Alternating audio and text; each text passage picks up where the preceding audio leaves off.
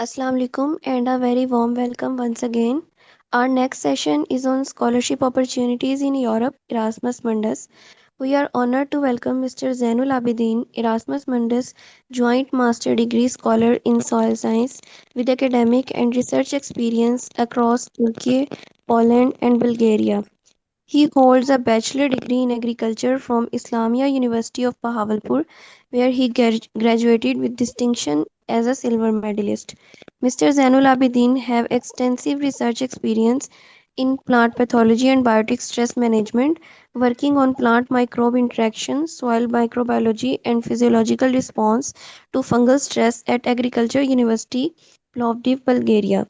His academic journey and first-hand experience with global scholarships make him especially well positioned to guide agri graduates aspiring for international education. Please join me in welcoming Mr. Zainul Abidin to share his valuable insights. Mr. Zain, the floor is yours. Thank you. Mr. Ansa, am I audible? Yes. Yes, you are audible. Okay, thank you. Good evening, good afternoon, depending upon the locality you people have joined in. This is Abidin. First of all, I'm really glad and grateful to the Gen Entomologist Network and the whole team, especially Dr. Saki Mushtaq Saab and Amir Hamza for having me for this session, which I believe would be very useful for many of the students who look forward to have opportunities in not only in Europe, but beyond and in the other countries as well. So as Ms. Sansa has already introduced me, so I'll start off with a brief introduction of myself again. This is Zain Rabidin. I'm from Bahawalpur, Pakistan. And I, mm, I had a Turkey Bursary Scholarship in 2021 initially. And after 2 years, I was selected for Erasmus Mundus program, which is Europe's top scholarship program, shall I say, fully funded scholarship program. And I have graduated from 3 of the universities across two continents, including Turkey, Agricultural University, Krakow, Poland, and Plovdiv Agricultural University, Bulgaria. So I'll start off with my presentation.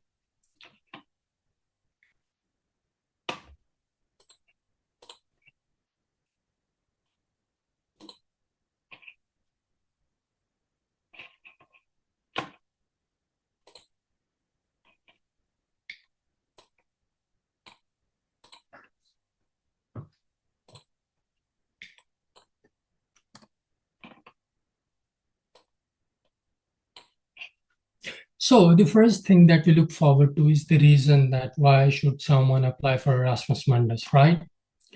So in the current scenarios, as I have stated earlier, like there is no bigger reason for applying this scholarship than the fact that it is the biggest scholarship or the most prestigious scholarship in the whole Europe, actually.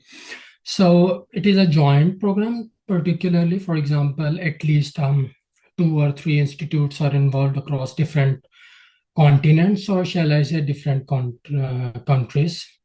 So you have the chance to study in different universities in different countries, which involves not only academic institutions, but also the non-academic institutions, or let's just say research institutions as well, which provide you the opportunity to have an internships or research exposure in those research stations or internship centers, shall I say.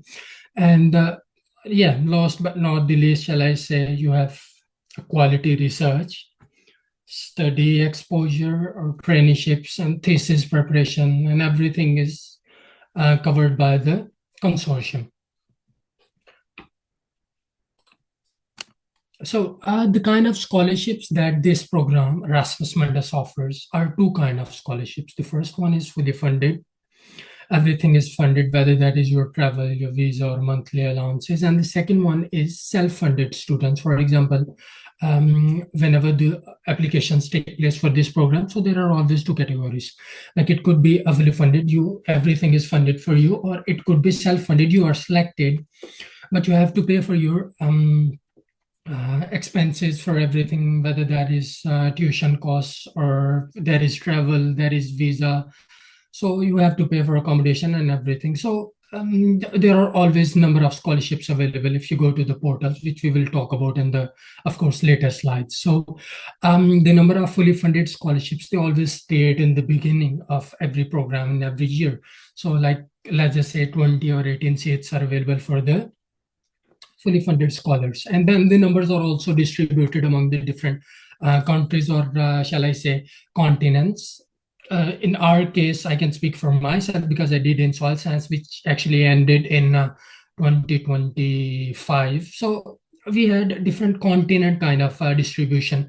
It could be Central Asia or Latin America or something like that. So you get all the compensation for your travel, which is actually a travel grant. They provide you like two times, like one time at the beginning of first year and then the second time at the beginning of your second year. Other than that, the visa and everything, they're also covered as installation costs for the candidates or the scholars that are in that program or who are scholarship holders. So other than that, there are also settlement allowances, and the kind of candidates are two kind of candidates. It could be either program country candidate or it could be partner country candidate. So countries considering our scenarios, for example, the people who are from Pakistan, or shall I say from like South Asia or Central Asia or Latin America, or let's just say Gulf countries or Middle East.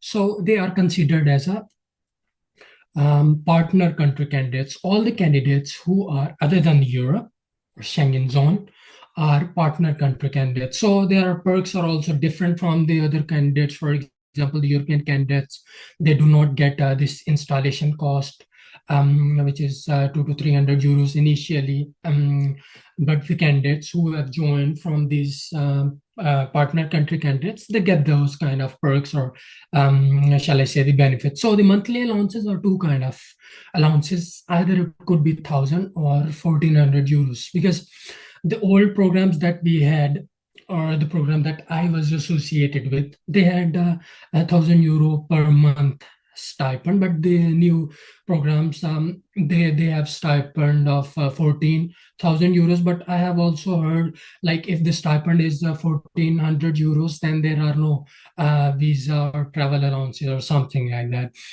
So moving on to the next thing, like how long does this program last? So duration is usually 1 to 2 academic years. So generally, we have heard, like in my experience, the things that we have heard, that of course there are 2 years, but there is a bit a difference. For example, the program I was associated, or there are some other programs, like the say plant health. So they have like 1 2 semesters for academic year, and then there is 1 year for the whole thesis studies. But there are some programs other than this agricultural studies, or I don't know if there is any program in agricultural studies as well, for example DNU or something like that. So there is this particular thing that they have 1 semester just for the thesis studies. Or there was one friend of mine who's doing his thesis in Poland right now. He's also Erasmus Mundus scholar, but from a different program, not agriculture related, but I think environmental toxicology or something like that. So they had this kind of thing, like they had 3 semesters for this thesis. No, sorry. This curriculum kind of thing, and they have just one semester for thesis studies. This thing, I guess, is also same for the marine biotechnology program as well. So there is this difference, but particularly talking about the agricultural thing, there is 1 year for academic studies. For example, 2 semesters. It could be in two different universities depending upon the mobility of the candidate, right? And then there is 1 whole year for the thesis studies, which is probably, in our case, it was at one university, so that you can have like 1 whole year for thesis studies and doing all things and research and all that. So the type of degrees that are awarded, this is also another interesting thing in the program. So the degrees are of two types. It could be either a joint degree joint degree mean. For example, the new program, this I have noticed this thing in the new program because we were the last session for our Erasmus Mundus program. So when we had this kind of let's just say orientation session, there was this lady from the Belgium who was the spokesperson, shall I say, for this Erasmus Mundus program that we had. So she told us like all the new program that they had introduced, they are called Erasmus Mundus Joint Masters. But the program that we have, that is EMJMD, Erasmus Mundus Joint Master's Degree.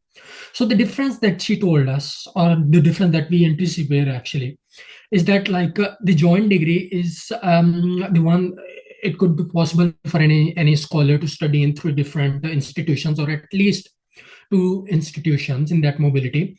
So they get one diploma, but all the like institutes are mentioned on that diploma, but you do not have like three different diplomas or the two institutions diplomas that you have studied at, right? So this is just one joint degree that they get from the institutes involved. So the second type is multiple degrees, as it was in our case, or I guess it is also the same in this plant health, or the other program which is for plant breeding as well, I guess, if I'm not wrong.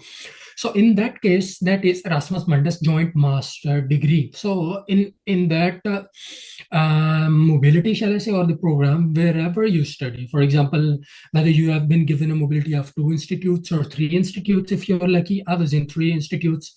I studied in Turkey and Poland and Bulgaria. So all the institutes that you study at, you get a separate full-fledged diploma. So you have like, if someone has studied at two universities, you get two diplomas. I studied at three universities, so I hold three diplomas from the three institutions. So these are two different kind of degrees as well in this program. So then the question comes, before we move on to the application or how do we apply, I would like to give a scenario like why did I apply for this program actually. So the first thing that I already mentioned in the beginning, that I moved to Turkey in 2021. So the motivation that I carried, shall I say, was like my teachers were the motivation for me, like the whole setup that we had in Islamic University Bahawalpur, shall I say. For example, the teaching faculty that we had, they were also like some of them, they did their PhD from abroad. Like our professor, he was in Florida, USA. One of our teachers, he went to Rome in Italy. So one of the professors, he did his PhD from King Saud University or Abdulaziz, I'm not sure, from Saudi Arabia. He was related to plant virology. So like whenever I saw them, or whenever they used to teach us, so you get that idea, or you come across that thing that made them different from the people or the teaching faculty that actually had their, let's just say, no disrespect to anybody, of course, but who had their PhD in Pakistan, right, or in the local environment. So the people who had international exposure, you can access that. They are totally different in their approach, whether that comes to conducting research or collaborating with their students, or teaching, let's just say. So I was always like very attracted by that idea that there is something that has got into those people through living in those environments, through living in those quality institutions. So, and I still remember that quote that was told by one of our professors, and one of my very dear professors, shall I say, um, Associate Professor Dr. Taimur Shkil. He said, when I was about to travel to Turkey, so we had this, let's just say, farewell meeting or gathering or sitting with that professor. So he said, Zain, um, the thing I told you, or the thing I want to tell you, is that you should travel once abroad, let's just say, or you should study once abroad. Why? Just to know that why you had gone there in the first place, or why it was needed for you, why you should have been to that place, right? Or you can only get the thing once you are there, or you live in that place, you spend life in that place. And then when I came to the Turkey, so at that moment, when I actually had some time in that environment, shall I say, in that community, in that society, so after some time I realized what was actually what was that mean? That the professor told me like you should travel abroad so that you can know that why it was important for you to travel abroad, right? So like why what changed did I man notice in those environments? It was not only just the academic thing that they are, let's just say, no disrespect, but of course they are better because they have better fundings. But the society, the impression or the difference that the society creates in you, which is better than your society. I mean, there is no comparison at all if you compare our societies with the European societies or even the Turkish societies, shall I say. So like you live along the people who are different in their approach, so you come across the different people who have a different approach to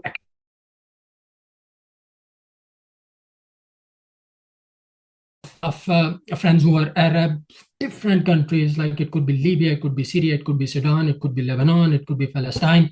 Then I have different people and friends actually from Turkey, I have friends from Kyrgyzstan, I have friends from Peru, I have friends from Venezuela. You come across from those people, you get the idea, you come across their mentality, how do they tackle the problems, how do they live in their countries. So the social exposure also provides you kind of very important exposure that is very important for you in your professional life. So that was another thing that I gained through this program. So then the achievements, of course, the thing that it gave me was not only this social exposure, this academic exposure as well. For example, during my stay in Turkey, let's just talk about that in the first place. I was like with my professor, we reported ours in two of its news, which was a very novel research work for us. Like in Turkey, we reported it for the very first time, and then I had the chance to work on a biostimulant in Plovdiv Agricultural University, Bulgaria. And the thing that we worked with was very new in Europe, like only 2 or 3 years ago they started working on it around 2021.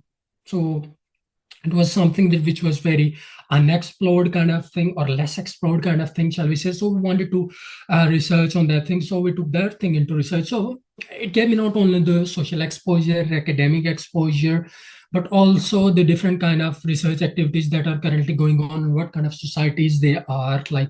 As an individual, you find their practical approach in their social life and academic life. So as a whole, like it's a totally different kind of scenario when you go into that kind of environment. So this was kind of, shall I say, a recap for me of the whole thing that I had till this date. So now, moving on to this point, um, the first thing, like how can we apply for this Erasmus Mundus program? So the first thing is you need to do is to just go to the portal of this or Erasmus Mundus catalog. You can use the link or you can search on the Google for Erasmus Mundus catalog. So this is a typical the image or the outcome of that catalog. So you see this; these are 202 programs. There were previously there were I guess 190, and every year they add some new programs. So as as a whole, there are 202 programs. So this is the filter you can use. For example, if you are from agricultural background, you can write the keywords that you want. For example, let's just say plant health. Now there is program or agricultural sciences. You can add agricultural sciences. So all the related programs that are there, they'll show up here in the portal. So the next country, if you are interested in some particular country, for example, someone says that I want to go to the prime European countries, let's just say whether that's Italy, that's France, or that's Belgium, Germany, or any other country. You can select on that country as well. So it will show you those particular countries that are offering different kind of Erasmus Mundus program. So you can search your field of study and everything in that thing, and then you click on the filter. It will provide you with all the appropriate programs here in the portal. So the next thing that you need to do is you open the link. For example, this is project overview, right? So you click on this thing, for example, the title, and when you go there, there are always the links of the program. So the typical layout of the website, it shows you all the information about the program, whether what kind of documents are required, and what are the deadlines, and how the documents shall be prepared, and like for there are also the testimonies by the alumni as well, so you can get an idea of what kind of programs are those and what kind of outcome is there for you if you want to opt that program for your studies, and if you get selected, what kind of learning outcome in this program offers for you.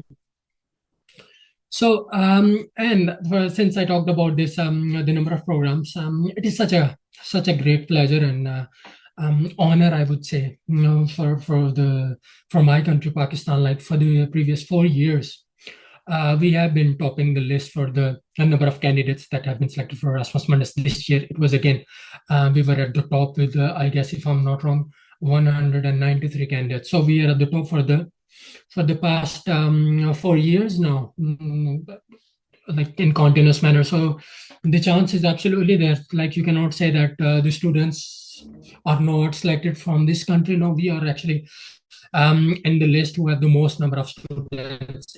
If from Pakistan, so yeah, the quality is there. So the next thing is selection criteria. So the reason to add this slide here is most of the times, like many of the people or the students, like they ask, do we have chance to get selected for this program? So the thing is, I mean, if you go to the website of any of the program that you want to apply, they provide you with the particular information with that as well. You can look for yourself whether you're going to be selected for this program or not. How? Always there is a selection criteria for each of the programs in the portal, so it shows you what things are important. This is the basically the collection method which the selection committee uses to acknowledge, or let's say to evaluate the merit of the candidates that have applied for this program. How? For example, this is one of the selection criteria that I have enlisted here. I'm not going to talk about my program because it is already ended, so there is no programming and putting something forward from the program that has already ended. They have applied for the extension, but I don't know if it is going to take 1 year or 2 years or so on. So this is the selection criteria. So for example, if someone applies for this program, so let's just say the criteria they're going to evaluate that candidate is, they're going to take the 60% from his academic record. For example, someone has let's just say a 3.9 out of 4 CGPA. So he's already 68, 58, 55, 56% out of the 60, right? So the next thing is reference letter and personal motivation letters, which are equal in weightage, for example, 20%, 20%. This selection criteria is also very important in terms of which things should be considered when you are applying for a program. For example, if a program says that we're going to take 20% from academic career, but we're going to take 60% from your personal motivation. So the important thing to consider is you have to look for your motivation letter. You have to pay attention to your motivation letter more than your academic career, which is already done. Yes. So motivation letter is more important. But in this case, CGP is important, of course. So then there is reference letter. If some programs say that we will evaluate the reference letters only for 5%, right? But the motivation letter is 30%. So you should pay attention to motivation letter more than the reference letter. So it can provide you with an initial idea of like at what level I am, and further details of, for example, whether you have um, research publications, which we will also talk about on the next slides. So, document required. So these are some of the typical documents that are enlisted here. For example, first thing is curriculum vitae. Of course, it's very important. And then certificate of degree that you have hold. If you're applying for a bachelor's diploma, or at least you are in the last this degree. Then transcripts. Then the friends or colleagues, shall I say, or the students, they ask me like, we want to apply for it, and then I ask them like what kind of documents they have, and particularly I ask them like, do they have these language skills certificates? Many of the programs, even though they state that any certificate from the university is also acceptable, that you did your education in English, but in my personal opinion, since we are not English speaking countries, whether there is South Asia, there is Central Asia, or even these Gulf countries, or Middle East, right? Or even Latin America as well. So this language certificate thing is very, very important. So I have seen from my personal experience, I have seen people who have unbelievable profiles. They are like 3.9 out of 4 CGPAs, and they have pretty good profiles, shall I say, but they do not have IELTS. So the Erasmus Mundus program have selected those students who have IELTS, but their CGPA was more kind of 3.7. So IELTS is very important. So I always say to the juniors coming up to the Pakistan, or if someone wants to apply, not just for the Erasmus Mundus program, for any other scholarships as well. I know it is difficult financially as well, those things as well, but please, like, if you really consider that you want to go in this kind of thing, so the most prestigious things require something from you. So this is one of the things which is very, very important in my personal opinion. And then there are two recommendation letters. In recommendation letters, people usually say that whether can we get it from some lecturers, or any other person or alumni as well. Well, the thing that I can say is, like, the higher the ranks, the better, I would say. For example, if you get it from a full professor, that is very good. That is the most suitable thing. But if someone like your academic referee is, let's just say, assistant professor, that is also okay. But just be with, like, more sophisticated in the terms that if your academic referee is more qualified, that actually more solidifies your recommendation letter particularly. And then there are declaration forms, a different kind of declaration forms for each of the scholarship. They are enlisted in the websites of each of the program. For example, you have to mention that, yeah, you are applying, and then you consent for the data processing, because that is very important kind of consent in Europe. So whenever you, even if you get enrolled in any of the programs, they get that kind of declaration form from you. And then, last but not the least, there are also some other documents. For example, publications. This is also very important. Uh, for example, if someone is applying for this Erasmus Mundus program, he did his bachelor's, and even at the bachelor's level, it is not important for you to have like a first author publication. But for example, if he is, let's just say, second author, third author, or if he is in any research article, he has been featured in any of the research. So this shows that you are actually a research oriented person, right? So for example, when there is an evaluator, let's just say, is evaluating your application, so not just looking at your degrees and your diplomas, is also looking at, they take into the account this thing particularly, for example, which is called publication, that this is very important as well. If someone has publication, this is well and good, I would say, a very solid thing for him or for her. So the next thing that I want to talk about is curriculum vitae. And the reason to talk about this thing is from a personal experience from these previous more or less 5 years being out of the country. I've noticed things like when the students send um, their CVs for review, let's just say, or my friends, they say that we need some suggestions. I see the things that the CVs that they have made, they are usually very colorful. I mean, I don't know, like, it feels very awkward kind of thing to be a academic CV, right? You are applying for an academic CV. And the first thing is, there is always a difference between a work CV and academic CV, and resume and curriculum vitae, right? Resume is usually like, it could be one pager, but in curriculum vitae, sometimes the people used to have like 6 7 pages. You can make it 10 pages, but that is not preferable. Like, in my experience, I can say that just keep it to one, not one, but 2 to 3 pages maximum, because if someone is going through your CV, he needs more relevant things, and he needs like more um, like goal oriented things out of your CV. He does not need to know whether you have been in some kind of tournaments you have played in your country. No, it is academics again. You have to provide what do they need from you.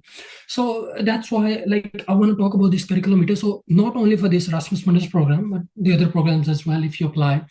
So these things are considered very, very important, right? So the curriculum vitae, usually, you can find many of the informations on the websites as well, but the thing that the Erasmus Mundus say, that there is no specific template, but it is preferable if it is Europass. So generally, I would also recommend that always make the CVs in Europass format. You can find the formats on internet as well. The templates are already available. It is not a big deal.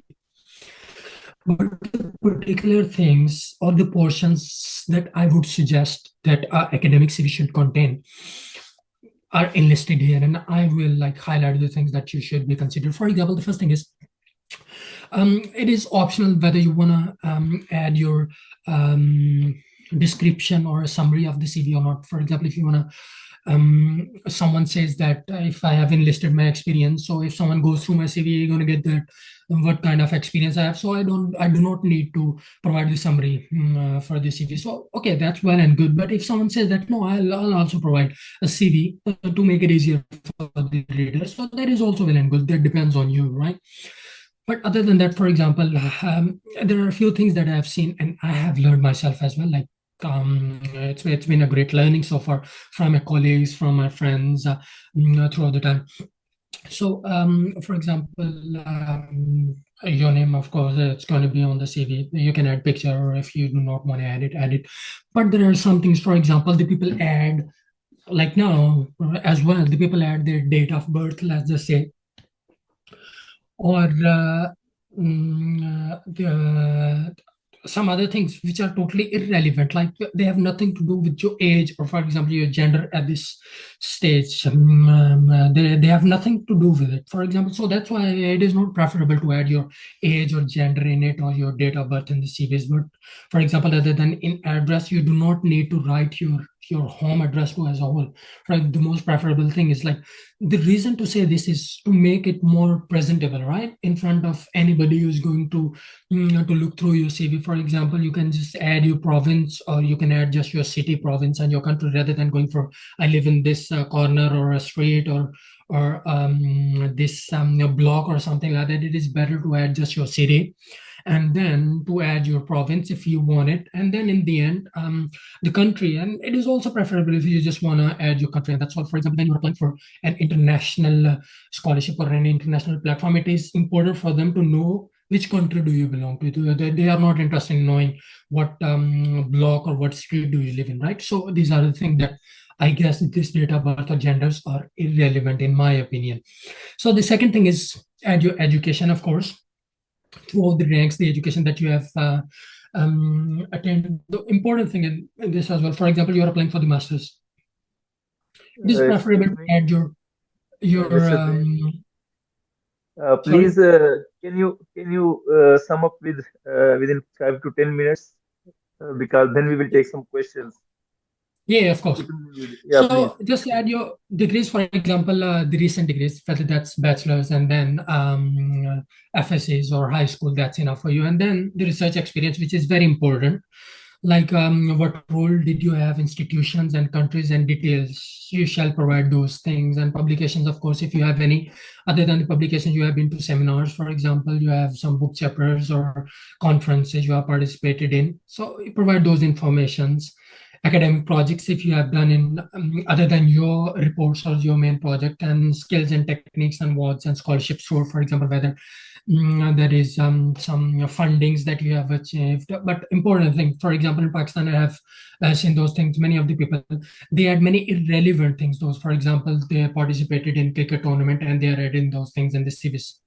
When you are applying for Erasmus funders, for example, or these kind of scholarship, they have nothing to do if you participated in Nath or cricket competitions, if you participated in cricket tournaments. They have nothing to do with this thing. So if you keep your CVs more relevant, it would be more better for you, and it would be more easier for the reviewer to look into these things. So recommendation letters, it is also very important.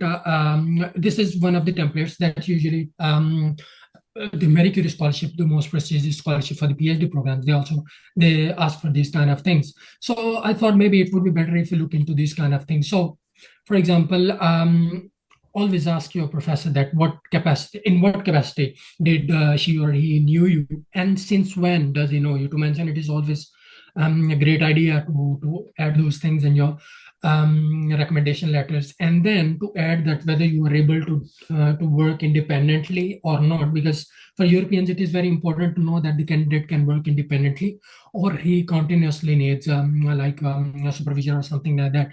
And then, for example, if you work with your capacity in some context, so in what did you master that work, or in what capacity did you work in those things? And the other things, for example, what skills did you acquire? It is also very good to mention those things, and whether you are a team player or not, and the quality of your work or the output that you provided is also very important in to mention in the recommendation letters. And then this letter of motivation or statement of purpose for this program, for example, for plant health, which is 20%. So there are a few things, for example, why someone should consider, or how shall we write it. For example, in general, in this program, there are 4 questions, right? For example, the main reasons you choose to participate in this program. Generally, for this motivation, it is very personal for somebody. For example, the motivation for anybody could be a very different idea. For me, it could be an academic exposure. For someone, it could be a travel as well. For someone, it could be to get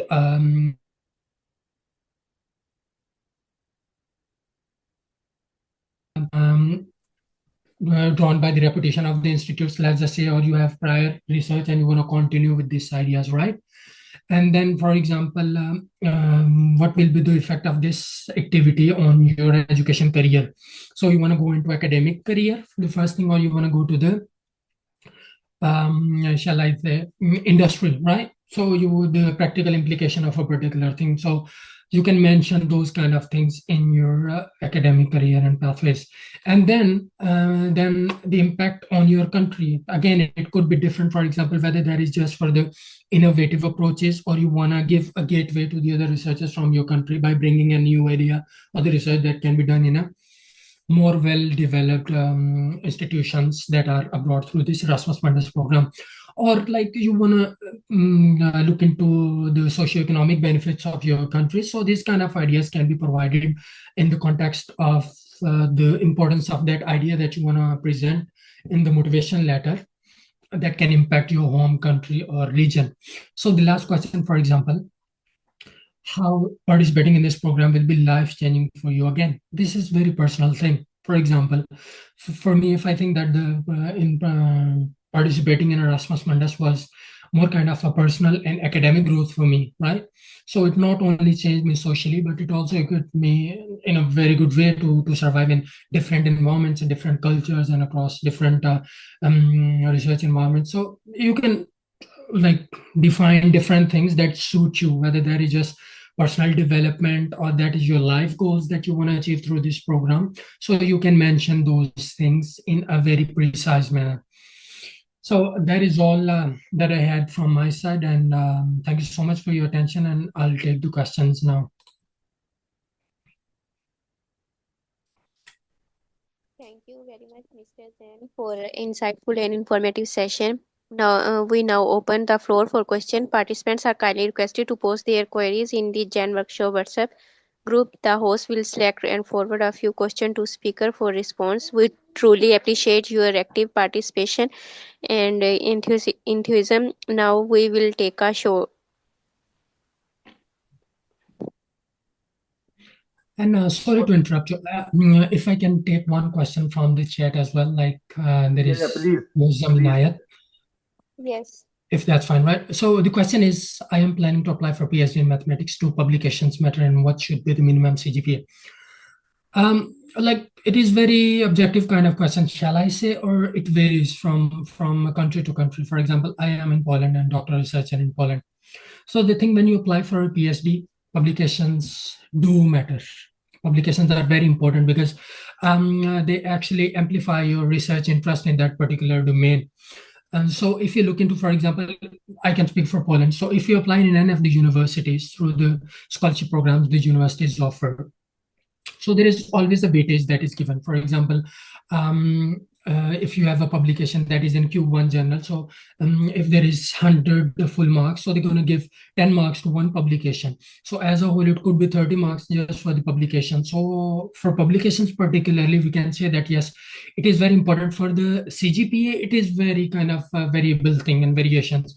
I have colleagues as well who had 3.2 out of 4, and they are on a fully funded scholarships in Poland. but there are some colleagues as well, which I have seen, who had who are achievers actually. But the point is, when we talk about the scholarships in Europe or any other, I guess if there is Turkey, the people think that it is just one thing. It is just a motivation letter or it's just the research publication. That is not the thing here. From my experience, the thing that I have noticed is it is a very balanced kind of thing. For the Europe, for example, they look for your research exposure. Do you have publications? Have you participated in some kind of internships throughout your academic career? And have you gone to the, let's just say, webinars? Do you have some good research interest? What kind of skills do you have? So as a whole, we can say that it just makes up to everything in particularly. So when you look into the bigger image, so publications absolutely matter for PhD as well. But in relation to that thing, you cannot put anything in the dustbin. As I say that if I have publication, I'm guaranteed admission. No, there is no such thing. But having a publication in PhD is a solid thing, I can say. We Is have it some okay more if I can, sorry, sir, is it okay if I can take the questions from the chat as well? Like Yeah, they are please. putting the You can questions. Yes, you, you you can. can answer 3 to 5 questions at the moment because we will start the next session at 4:30. And I request for the participants that if you are in the WhatsApp group of our scholarship counseling, you may send your questions there, and our respected speaker is there, and he will inshallah answer all the remaining questions there, either as a voice note or by sending you a text message. And we also request to our respected speaker that please, as now you are part of Gen community and you are part of the Gen scholarship counseling group. So after even this session, we expect that whatever the uh, question will be sent in the WhatsApp group, and whatever the query, if someone asks later on, because it will be a continuous process from our Gen community that we will provide a continuous counseling regarding the global scholarship opportunities. So now regarding Rasmus Mundus, today now we had a very good lecture from our respective speaker. So inshallah, the remaining questions, inshallah, you can ask in the WhatsApp group. But we will take 2 to 3 questions more from the chat box. Or someone, if want to ask directly, just raise his hand. Thank you. Thank you so much, sir. So there is another question by Ibrar Ahmed, like he's asking about the scholarships available. So this is the whole point of like having these sessions with Global Entomologists Network. So if you are the part of this WhatsApp group, so we look forward to inshallah with sir. We look forward to have more sessions on the opportunities, and we will keep on updating the group, or let's just say communicating with this group regarding all the opportunities that are available in the group. So the next question is from Mohammed Zishan Khalid. I'm currently graduated. I want to apply for plant health program, but I don't have IELTS and CGPA 3.8. The thing is, like initially I said, I'm nobody to tell somebody if you're going to get selected in this program or not. Like I'm nobody to guarantee someone for this program, right? I do not give certificates of selection to somebody. But I can only provide you with an idea, since I also mentioned this thing in my presentation as well. There are always the evaluation criteria. So, for example, if you do not have IELTS and they do take in consideration this IELTS thing particularly, and from my previous experience, I have seen not even a single candidate from Pakistan selected for Erasmus Mundus who had like even silver medal, but he did not have IELTS. So IELTS is very important. So I would request for all the to all the students, let's just say, so if you want to have the scholarship, IELTS is very important thing. So please go for this language certificate or language proficiency, whether the results or there are some other Pearson test, PT tests available as well. So then the next question is from Shiraz Amjad. How much publication required to get fully funded admission? There is no particular number. You can have one publication as well and you get selected. You can have 10 publications, you can get selected. But for example, if you have more publication, it always strengthens your application for PhD as well.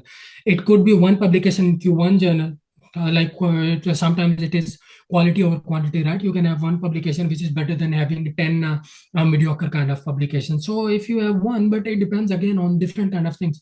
They evaluate your participation in different research endeavors, and then they take in your CGPA as well. They take in your language proficiency. So these are the things as a whole make up to the final thing. So next question is from Pagun. Pagun. I'm sorry for pronunciation. So It's okay. I'll Just take the question directly. Yes, yeah, yeah, it's I okay. want to know if there are PhDs available. They don't require a language certificate in Poland. Generally, the scholarships do not require IELTS in the beginning. I can say that. For example, from the universities, I have seen some scholars that are in Krakow. They do not require IELTS for PhD scholarships. The university I'm studying in, that is Adam Mickiewicz University. Initially, they do not require, but during your first 2 years, you have to submit your this language certificate. And then there is one university in one city, that is Katowice, I guess, if I'm not wrong, and they also do not require. So in Poland, most of the times they do not require language proficiency, but then it is also variable. Some universities say that you have to submit this language certificate halfway through your PhD, but some say that no, we do not need it. But some universities are also there. For example, Jagiellonian University, they said no, if you want to apply for this, you have to produce this language proficiency. So Okay, Mr. shall this be the last question, Uh, sir? yeah, we will take the one who raised the hand directly. Okay. Then I have some short questions. Then, inshallah, we will end this lecture. Mr. Please, what's your name? 2024. Can you please Assalamu ask? alaikum, sir. Yes, sir. I'm Harun Ikrar, sir. I'm doing bachelor's in agriculture. Sir, I want to ask, like, I have less than 3.5 CGPA. So, which major you suggest me to choose after my fourth semester? Like, which major is best for Erasmus Mundus? That is not my place to tell somebody, because there is a very misconception. I'll clear this idea for a while, if you just allow me, please. This is a very misconception that only persists in our countries, shall I say. Unfortunately, the people think that the importance of a major is associated with itself. It is always the person. Let's just say there was one of our teachers in Pakistan used to say a very good thing, and I would like to quote that thing. He said, for example, in Pakistan, generally it is being said that this MBBS thing is a very kind of like luxurious kind of thing, right? So you find two kind of people in MBBS as well. There is one doctor who's sitting across the corner of your state, and then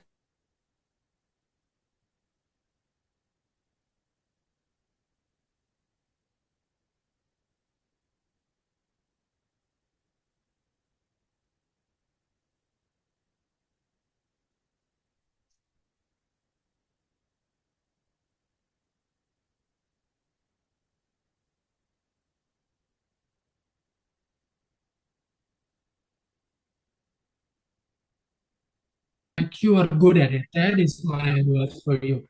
I would not say that you should go in plant pathology or some that kind of particular thing, but wherever you go, just make the most out of that thing. That is my advice to you.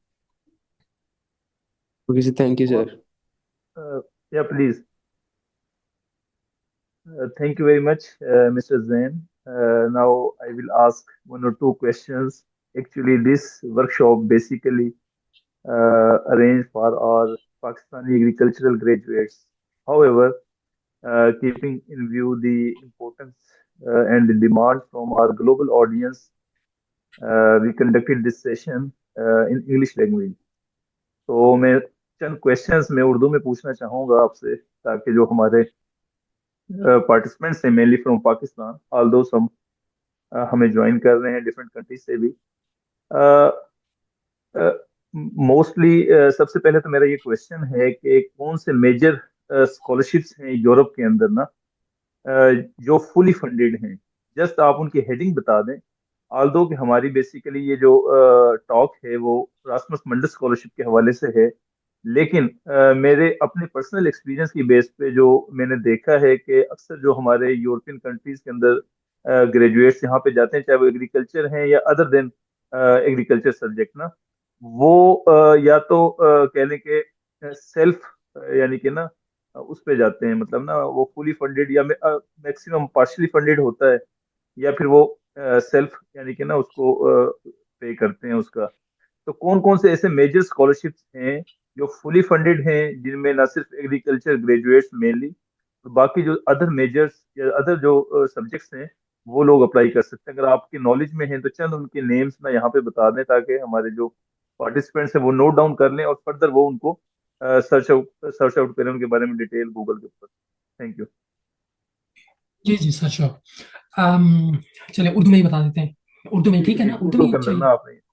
जी जी sir, इस तरह से है कि like अगर आप main stream scholarships की Europe में बात करते हैं, लाइक जिस तरह से मैं अरासमस मंडस हूँ, तो वो यूरोप में सिर्फ एक स्कॉलरशिप है मेन स्ट्रीम का, जिसको for example presidential scholarship generally हम जैसे कहते हैं ना, जैसे टर्की का है या इंडोनेशिया का KNB है या CSC आई गेस चाइना में है, या इसी तरह से जापान के मैक्स स्कॉलरशिप है। यूरोप में उसी तरह का रासमस मंडस है। क्यों? क्योंकि उसका आइडिया ये है कि लाइक जो शेंजन जोन जितने भी कंट्रीज आते हैं, तो इसमें पूरे यूरोप को ये scholarship as a single treat करता है ना।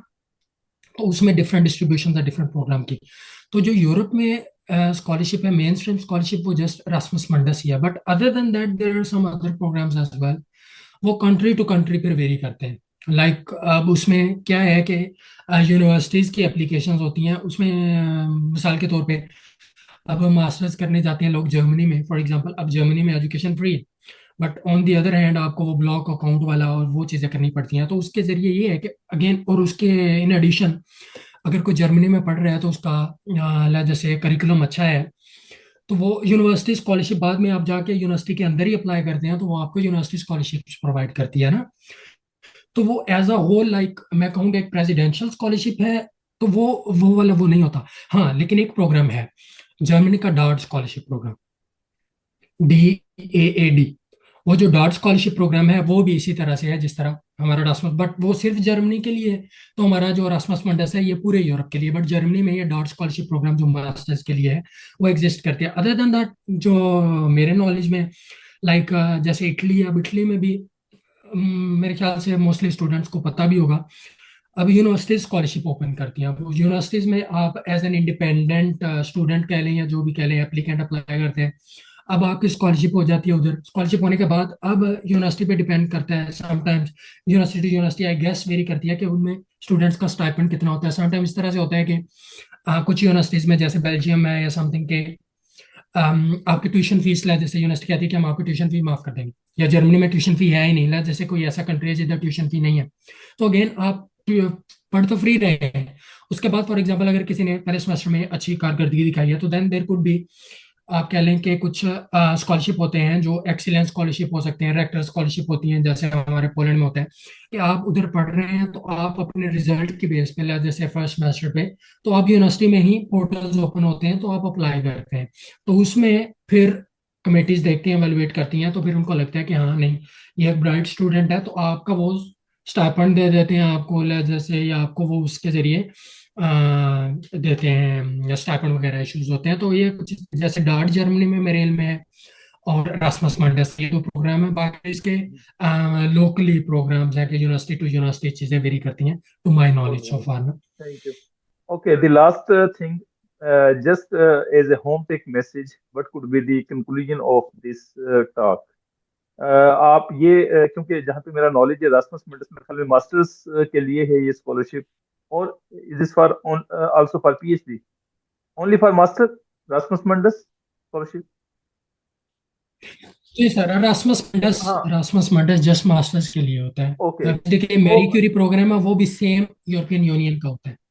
जी जी, तो इसमें जाहिर सी बात है, जिसने अप्लाई करना है वो आफ्टर ग्रेजुएशन करना है। तो जो लोग अभी हमारे 6 या 7 सेमेस्टर में ग्रेजुएशन कर रहे हैं पाकिस्तान में, या even some other countries who are doing bachelor in agricultural sciences, so what could be the home tech message, or what could be the conclusion of this talk?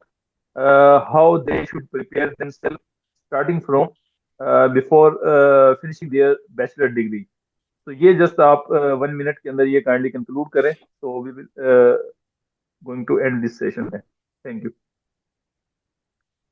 Sure sir, thank you so much sir. अगर एक चीज़ from my personal opinion मैं कह सकता हूँ तो वही है कि प्रोफेशनलिज्म हमारे वहाँ में बहुत लैक करते हैं unfortunately.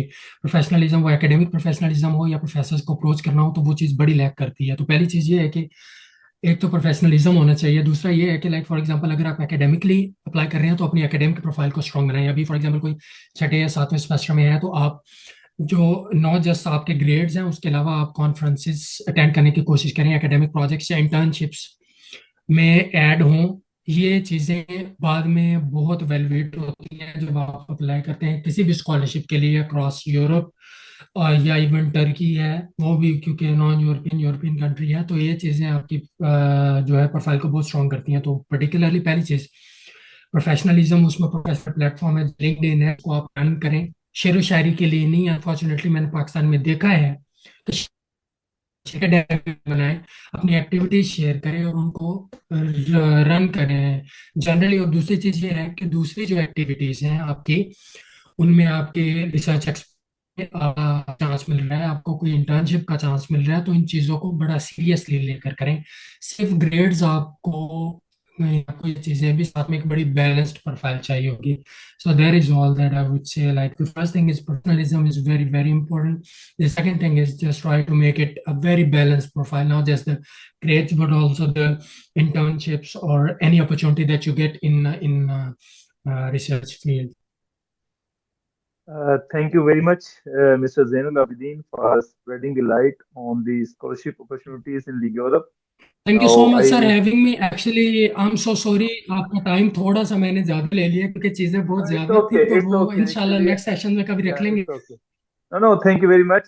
We have enough time, and mashallah, you explained very well, and we really appreciate your efforts and your precious time that you spare for our today's session. And inshallah, we will take some more sessions Thank with you so you. much. Looking forward to collecting more Thank you updates, very much. inshallah. And I request our participants, please uh, stay connected. Inshallah, our next session will begin after 2 to 3 minutes. And the speaker from Malaysia, he will speak on scholarship opportunities in Malaysia. So please, we will take a short break, and I hope you will continue with us. Thank you very much. Assalamu alaikum. Thank you so much for having me, sir.